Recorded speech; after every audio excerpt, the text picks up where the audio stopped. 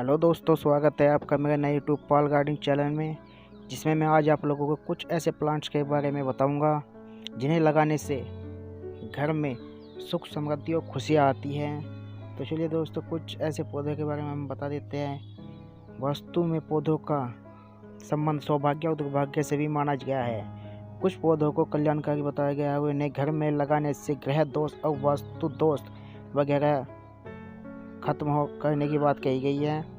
पेड़ पौधे की हरियाली भला किसे पसंद नहीं होती। पेड़ पौधे हमारे आसपास के वातावरण को भी स्वच्छ रखते हैं और मन को सुकून देते हैं।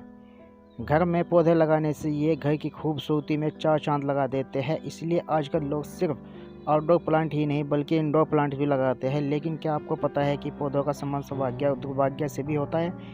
वास्तु में कुछ पौधों को कल्याणकारी माना जाता है और इन्हें घरों में लगाने से ग्रह दोष और वास्तु दोष वगैरह ख़त्म करने की बात कही गई है।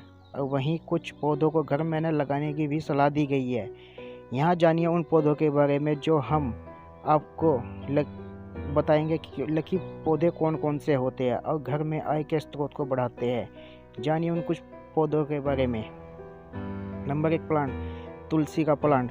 तुलसी का पौधा घर की पूर्व दिशा या उत्तर पूर्व दिशा में लगाना चाहिए। मान्यता है कि तुलसी का पौधा यदि सही दिशा में लगाया जाए तो घर के वास्तु दोष को खत्म कर देता है, साथ ही घर की नकारात्मकता को भी खत्म करता है।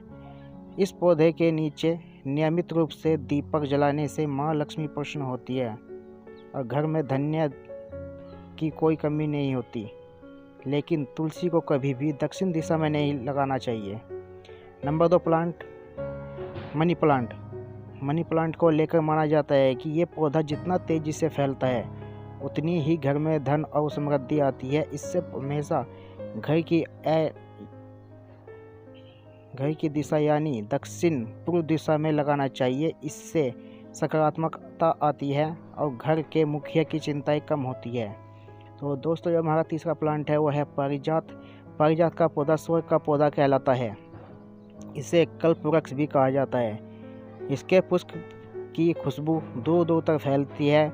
माना जाता है कि जिस घर में ये पौधा होता है वहाँ कभी सभी देवी देवताओं का आशीर्वाद बना रहता है। नियमित रूप से यदि इसके पुष्प को भगवान पर चढ़ाया जाए तो स्वर्ण दान करने के समान पुण्य की प्राप्ति होती है। घर में धन की कोई कमी नहीं रहती है।